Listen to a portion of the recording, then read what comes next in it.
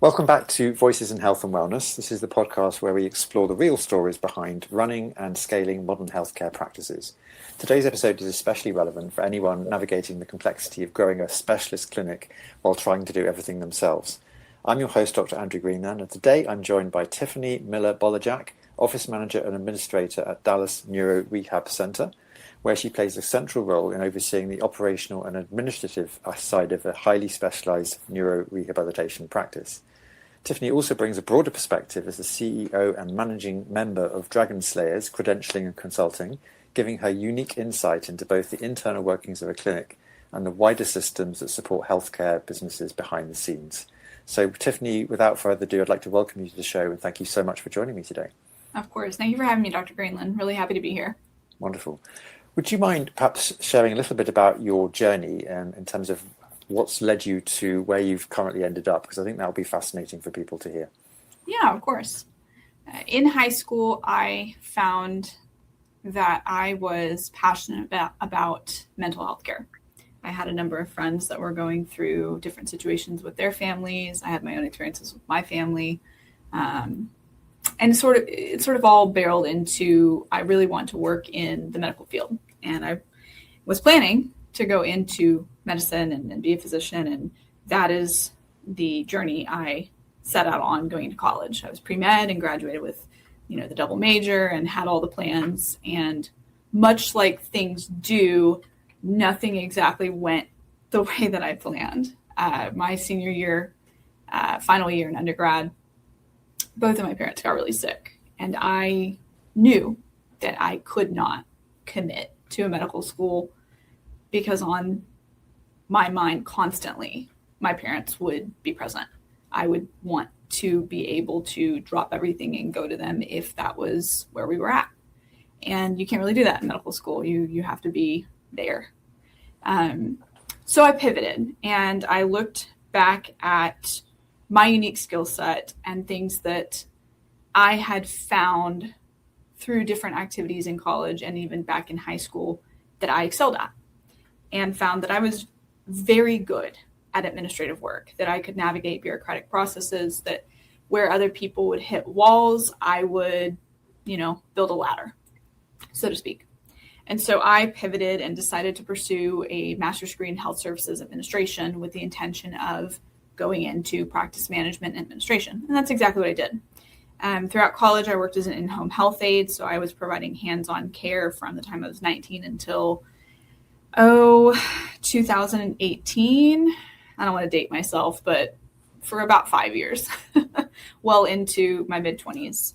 And then pivoted from there. I did a little bit of case management, working with workers' compensation, injury patients at the state and federal levels, and pivoted from there into graduate student government while I was in my master's program, and then got my first job as the practice manager for a psychiatric clinic. And I did that for, right at 2 years on the dot.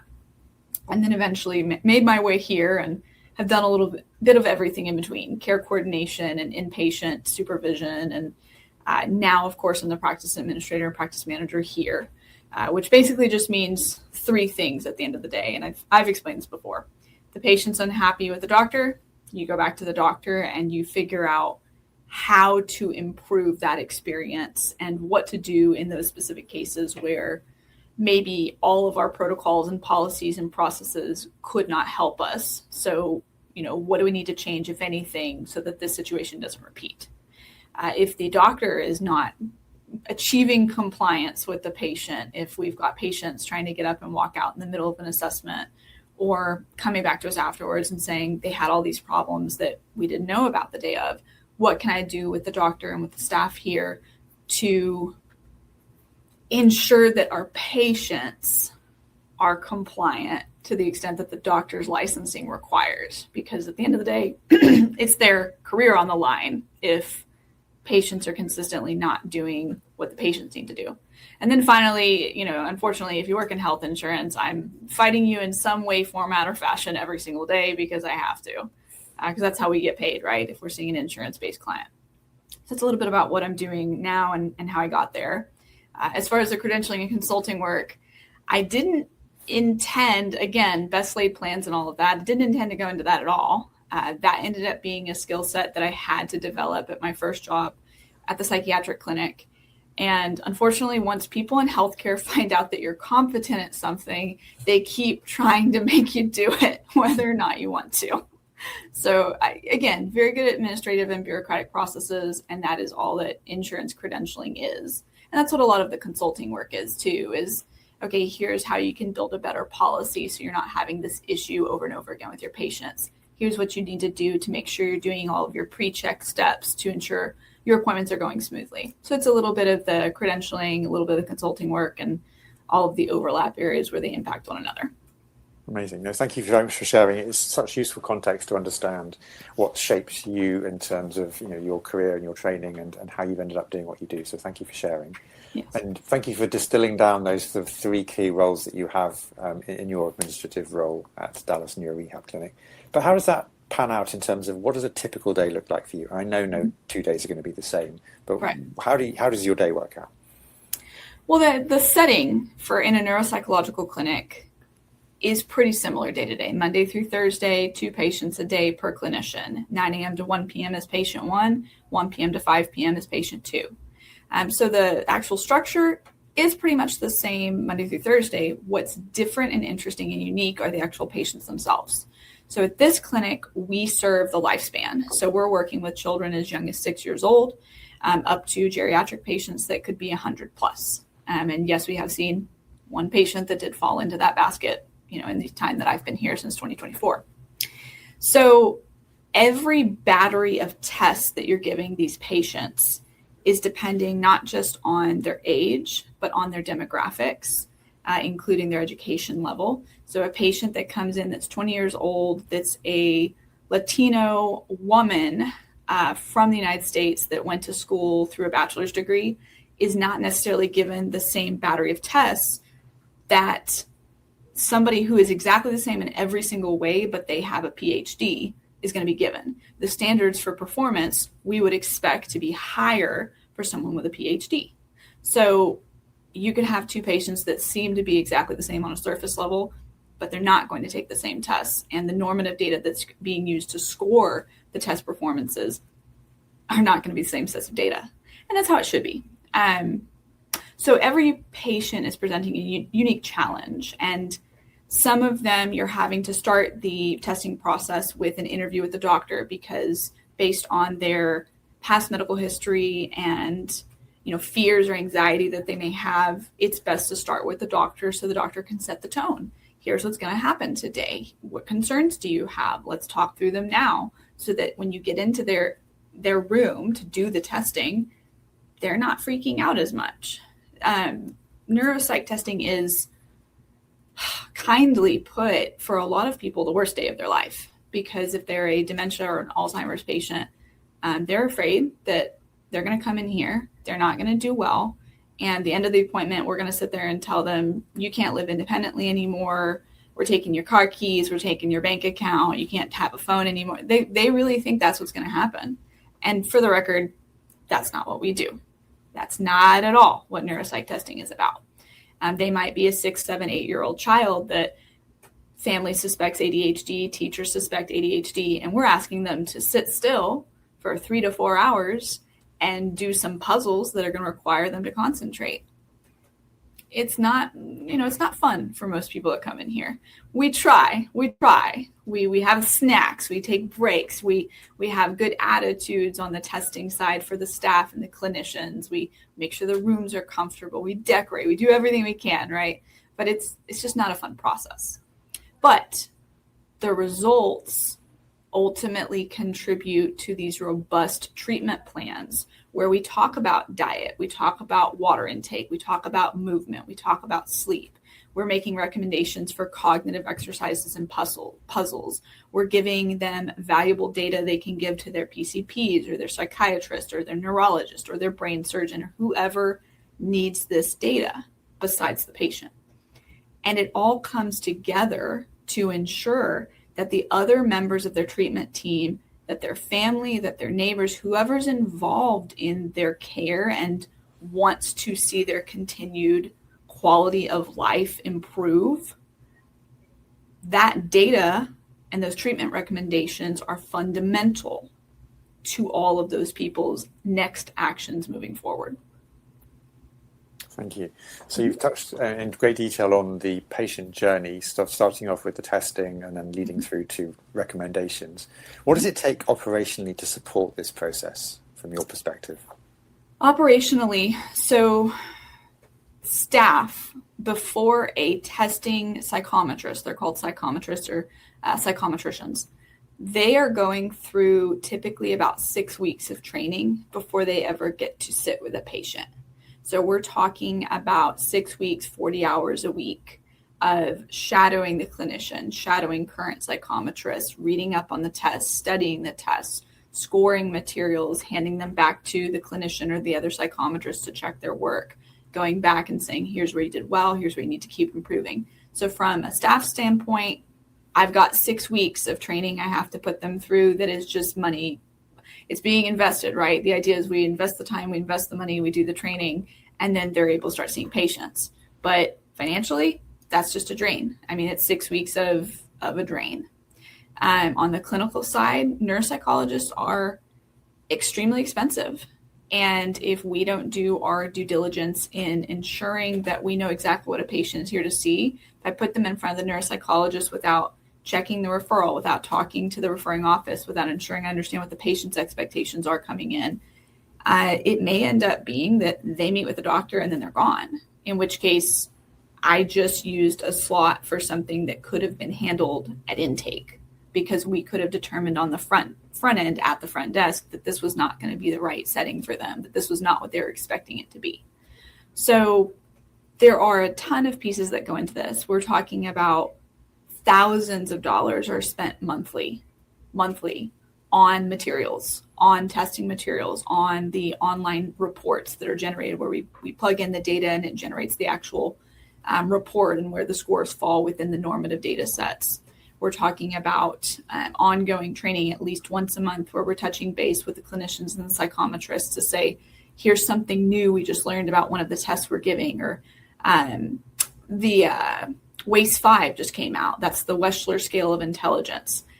That's a whole new system. That's $3,000 to $5,000 out the door, and we have to retrain everyone because it's not the same as the WAIS-4 that we've been using up to this point.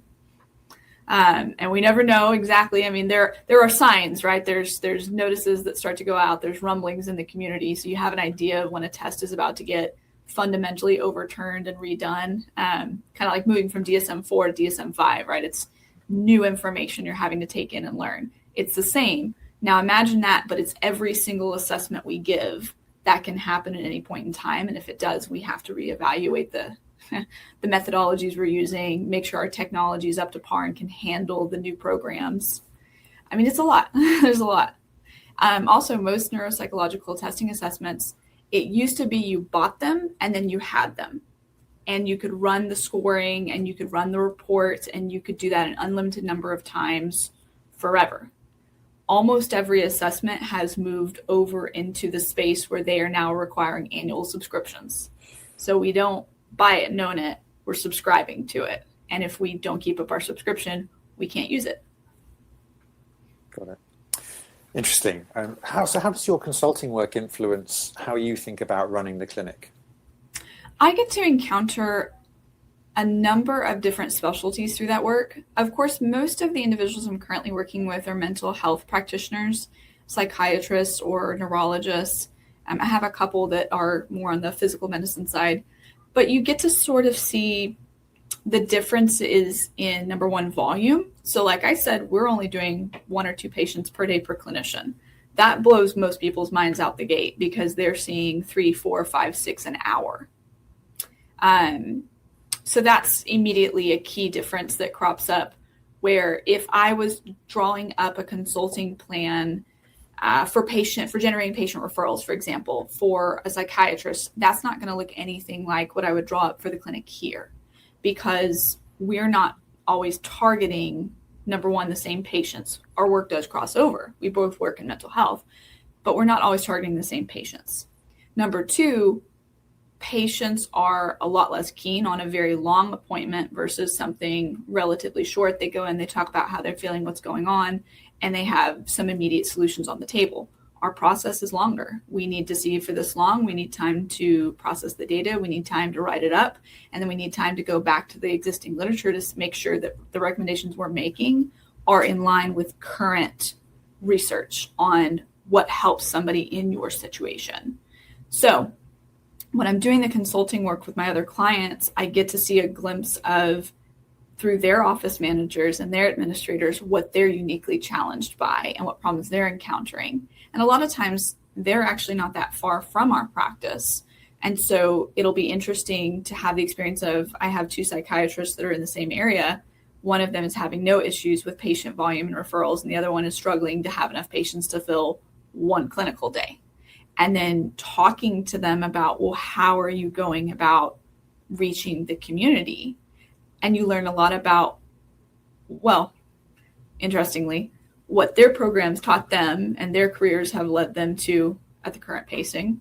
I feel like patients often try to put doctors into, and clinicians in general, into boxes and act like every clinician's the same, every office is the same. They're not. They have also been the products of the medical schools they attended, the residencies they had, the trainings they've encountered, the places they've worked, the families that they've seen, where they grew up, how they grew up.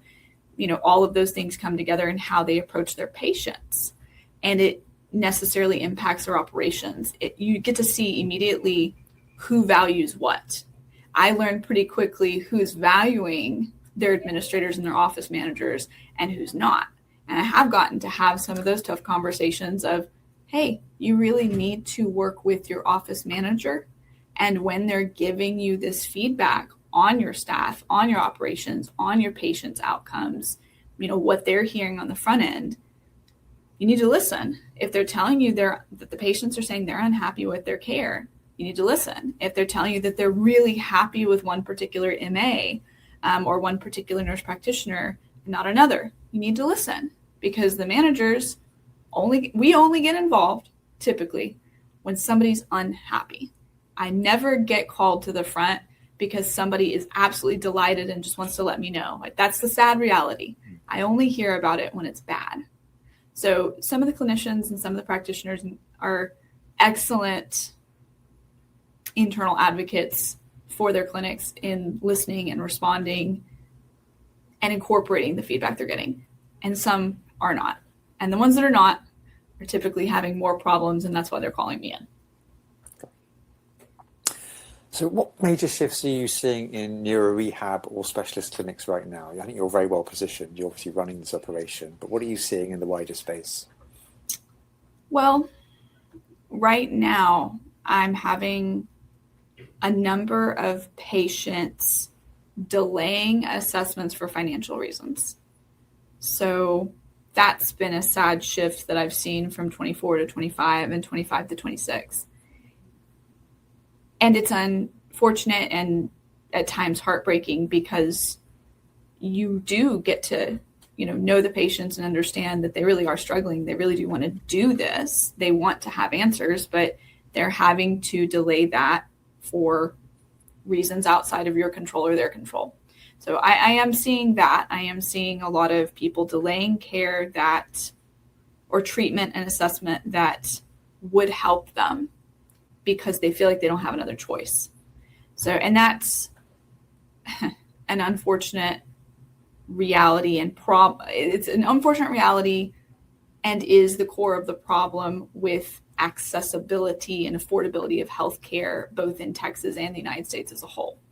I don't think anyone should ever have to delay getting an assessment that would fundamentally change how they approach work, how they incorporate coping mechanisms when they feel emotionally overwhelmed, how they think about their sleep habits or their eating habits or their water intake. These are all things that if you leave these to their own devices long term, these same patients who we could have done something now and your outcomes 5 years later would have been improved, if we leave it to its own devices, now you're degrading. And we often can't reverse degradation. We're trying to prevent it. We're trying to improve outcomes. We don't want them to plateau, and we do not want them to ever degrade if it can be prevented. That's really helpful insight. I'm just thinking that, sad though it is, this must also impact on you as a business, because if people are delaying treatment and they would otherwise come and see you, then that presumably will affect your business and your growth strategy. And it does. It does. Yeah. It does. The first quarter for neuropsychologists, the adage is that the first quarter is bad for all neuropsychologists, because the way that insurance typically operates is that they have a deductible. So there's a certain amount of money that the patient has to pay out of pocket before the insurance kicks in. Most of the time, they then kick in and they're paying 80% of whatever the bill is. So if it's a $1,000 bill, once the deductible is met, the insurance will pay $800, patient pays $200. So what we see is patients will call January, February, March. Hey, I'd really like to do this. Could we look at something in April, May, June, July, August? And so we get busier as the year goes on. But the first quarter in neuropsychology as a whole, basically the only patients you can consistently see are going to be Medicare patients. So that's patients that are 65 plus. And it is because Medicare deductibles are about $280, $290. That's not a lot compared to a $5,000 deductible. So we'll see a lot of geriatric patients, January, February, March, and even a little bit of April. And then we start seeing more of the kiddos and the adults April onward. And then in the same way that the first quarter is just bupkis, the last quarter is insanity. October to December is constant calls, constant us having to tell people, I'm so sorry. The wait list for us is up to 6 weeks, which means the first appointment is now, maybe next year in January. And that doesn't work for them. They need to get in now because they've met the deductible. They can actually do the testing now. And so we've even started telling patients as early as June and July, if you're waiting to meet your deductible, schedule the appointment now. Because if you wait until September or October, we won't be able to see you. There will be no room on the schedule. So it's constant patients not canceling, patients not no-showing, which we love as a business, right? We love it when you show up. We love it when we don't have to go chase down last-minute appointments to fill in. But it's also a difficult time of year for us having to turn people away because we can't fit them in. And then they don't want the appointment in January or February because that's when the insurance is going to reset. And they're going to be right back to square one of, you got to pay this amount of money out of pocket before you can go see anybody and it be a covered visit. So they're like the worst bookends you can imagine. It's a feast on one end at the end of the year and famine at the beginning of the year. And everything else is kind of more, some cancellations, some no-shows, and we fill them in as we go in the middle. And have you found any ingenious ways to kind of level things out? I guess some of these things are outside of your control, but just to manage the peaks and the trough, because at the end of the day, you're a business.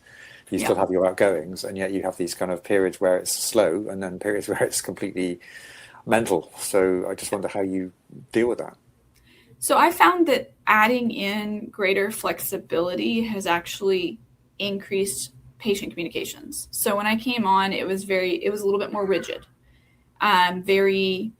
Hey, if they no-show, if they cancel with less than 24 hours notice, it's a $400 no-show fee, because that is what it costs just to have the clinician, have the staff here. That's not making a profit. That's the break-even point. It's $400. And that's, to be honest with you, I've looked at the numbers and that's being kind of conservative. I think it's really closer to $500, but that's the no-show fee. That's the late cancellation fee. And I did something a little bit interesting when I first came on, and I asked the question of, hey, if they call the day before, even if it's after hours, we don't talk to them, but they leave a voicemail. And I get that voicemail the night before and I see it and I'm able to notify you, and we're able to come in the door the next day knowing they're not going to be coming in, making the calls, trying to get somebody else in. Do we still want to charge the no-show fee? And they kind of thought about it. And the owner came back and said, no, I think that would be fine, because the main issue is that if we don't know they're not going to be here, we can't do anything about it. That's the main issue. And so when we started telling patients, hey, let us know, even if it's just a call after hours. If it's midnight, call, leave a voicemail. I'll count it. It'll count. You won't have to pay the no-show fee. Number one, we started getting notifications much quicker than we were, even with the threat of the $400, right? You would think a $400 no-show fee would be enough to convince people, like that would really stick in their memory. They'd remember, they would be more communicative, but not really. But that with there's some flexibility here, and we're really trying to work with you on this. It's not just us trying to punish you. We genuinely we need to know so we can adjust our schedule. We started getting more communication from the patients in these situations. Even in the emergency situations, they were more likely to call. And so that's actually helped improve in filling the dead spots, so to speak, filling the gaps, because we're learning sooner that we're going to have a gap in the schedule.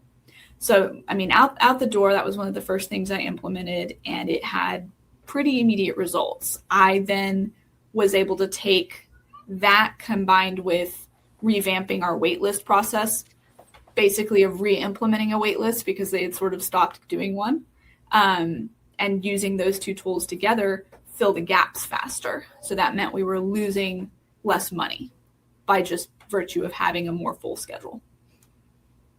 Really neat, really interesting feedback loop. So thank you very much for sharing that. I'm sure that will be of value to people listening. So aside from the insurance, navigating the insurance thing and patients trying to delay or causing you these bottlenecks, are there any other sort of patient expectations or referral patterns that are changing the way that you have to operate as a business? Going into pediatric care has been a shift for us. So we were always, I would say, lifespan light. Our clinician could see children, but didn't prefer to see children. And when they had to step back for, their reasons, they're not seeing patients and haven't been for some time now. And the newer clinician came on and they said, I don't see children at all. We stopped seeing kiddos. Our newest addition to the staff is a pediatric neuropsychologist. They exclusively work with children. They can see adults, but they really like working with the kids. That has been a completely different population of referrals compared to the adult referrals and the geriatric referrals. Adult referrals are almost always one of two things.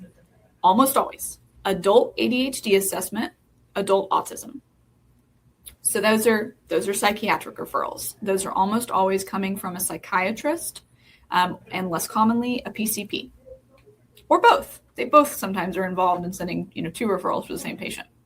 The geriatric referrals are almost always Alzheimer's, more generally dementia, memory problems, or pre-surgical candidates. So patients with Parkinson's disease or essential tremors that are looking at deep brain stimulation to reduce some of the symptoms they're experiencing, improve quality of life, extend that quality a little bit longer with the surgery. And we basically with those are determining whether or not they're cognitively flexible enough to undergo a brain surgery without terrible results, without ending up worse than they were pre-surgery. So those are the geriatric patients.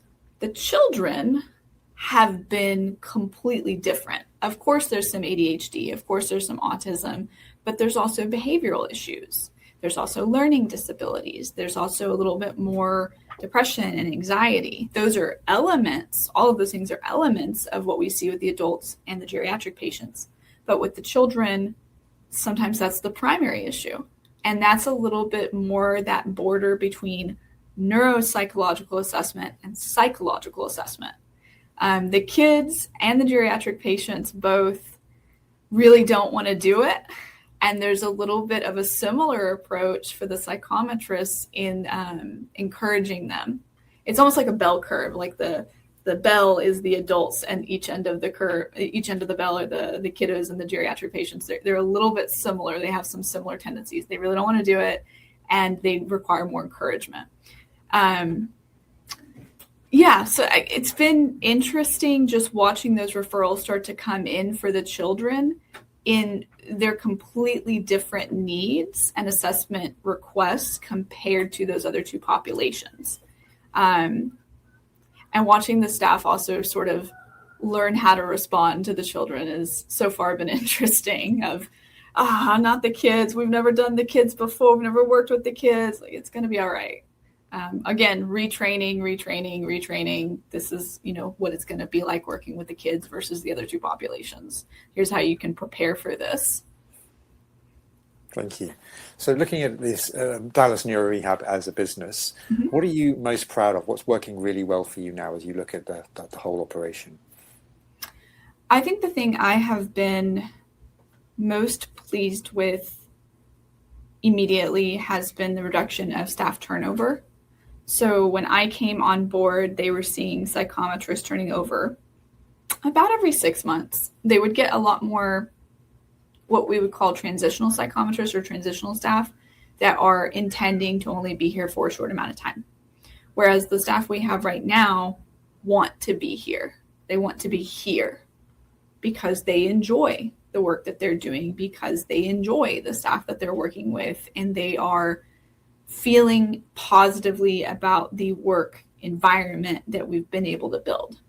Doesn't mean there's never hiccups. It doesn't mean everybody's happy 100% of the time. But again, I found that in generally speaking, in being more flexible, we've had better outcomes. The rigidity can provide structure, and structure is wonderful. We love our bones, right? That's how we stand up. We need our bones. But the flexibility allows people to be a little bit more human and to enjoy the actual work itself. You spend 40 hours a week at a job. That is the majority of the time you have in your waking hours. If you don't enjoy that time, you will leave. You will go find something better, bigger, faster, stronger, whatever adjectives you want to use. So my goal coming in was, in part, to make the work they do here more enjoyable. I can't change the fact that it's neuropsych testing. I can't change that patients are going to be unhappy, that sometimes we're going to get yelled at. Sometimes we're going to have to be sitting with our box of tissues and hey, it's going to be okay. But I can control how we operate trainings. I can control the support that me and the other administrative staff are able to provide. I can control the way that we choose to go about corrective actions or corrective conversations. I can control those things, and those things, if positive, improve that working relationship, and it makes the time spent here more enjoyable. It's something to look forward to, not something to dread. Thank you. And on the other side of the coin, which sort of challenges or bottlenecks are most impactful in the business right now from your perspective? Most challenging bottlenecks at the moment. I would say we are in, I'll use the word transition again. We're in another transition period right now. So we're moving from our old clinician who had a set established network of referrals and referral sources that, he worked with and that he had his rapport with and so on. These two doctors that I have now do not have that. They don't have the rapport with those referral sources and those same clinicians that he was so accustomed to working with. And so, number one, we're having to sort of reintroduce ourselves as a clinic to the established sources to say, here's who we have, here's what their specialties are, here's what they can do, here's what they can't do. And that, number one, out the door, trying to reintroduce ourselves because they got very used to things being done a certain way. And these are not those people. So number one, that. Number two, finding new sources and trying to connect with other offices to introduce ourselves and say, this is who we are, this is what we do, we'd love to work with you. And building rapport from nothing. Honestly, I've almost found it easier to build the rapport from nothing than I have to try to build rapport off of somebody else's established relationship. It's been easier to build it from new than to try to rebuild an existing structure. Thank you. And if you had a magic wand and you could fix anything in the business tomorrow, what would that be? If I could fix anything in the business tomorrow, I would have a clinic that was open longer hours.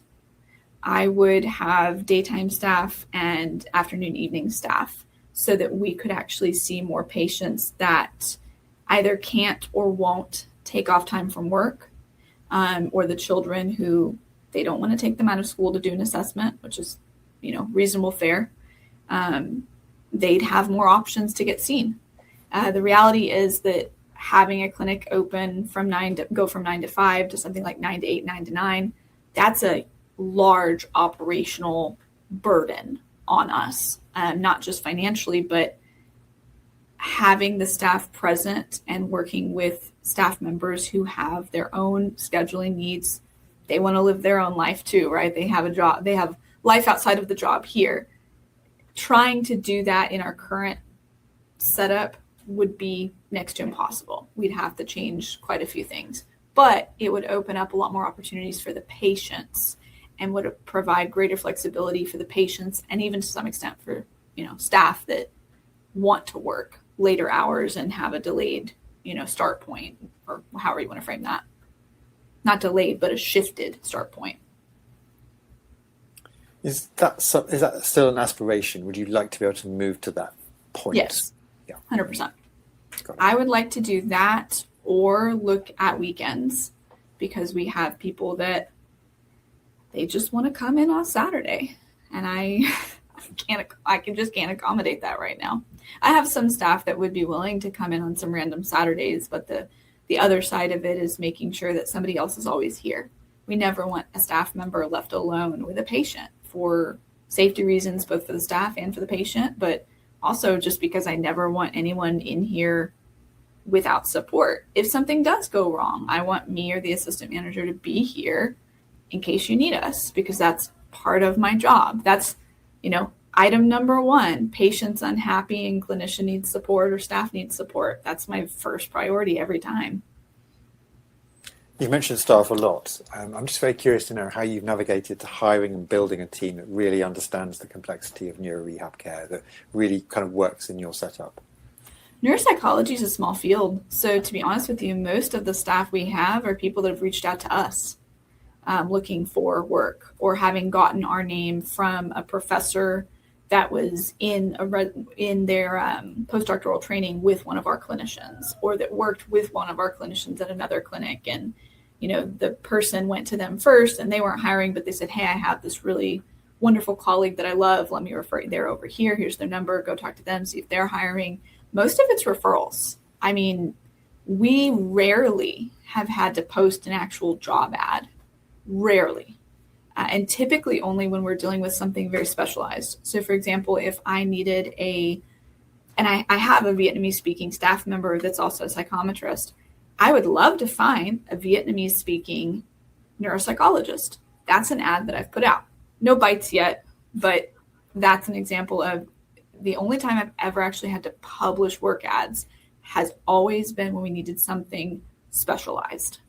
Psychometry is flexible enough that if somebody has a bachelor's degree and the desire to learn it, you can learn it. You have to knuckle down. You have to really put on your thinking cap for some of these assessments and how to deliver them and how to score them. But anybody that really wants to learn it can. Clinicians, you gotta have a license. I mean, I can't work with you without a license, but psychologists that are approaching us or neuropsychologists that have approached us in the past about working here always met that requirement. So not an issue. So what's next for Dallas Neuro Rehab? Where would you like the business to be in 12 months' time? What are your kind of personal goals for the business? We want to bring on 1 to 2 more full-time clinicians.